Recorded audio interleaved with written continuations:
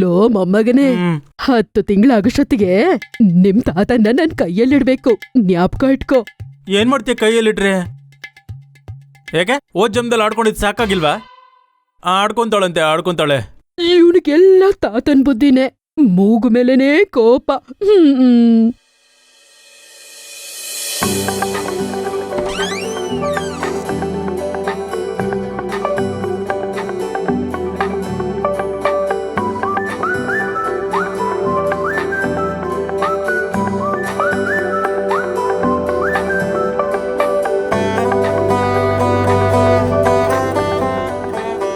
ಹೇಗ್ ಸ್ಟಾರ್ಟ್ ಮಾಡ್ಬೇಕಪ್ಪ?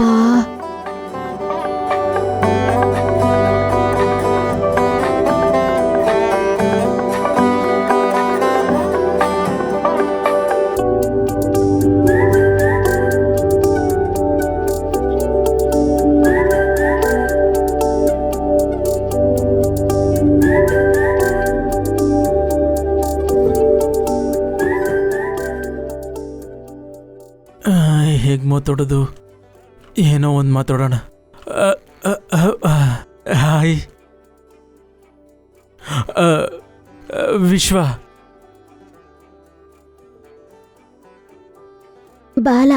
ಬಾಲ ತ್ರಿಪುರ ಸುಂದರಿ.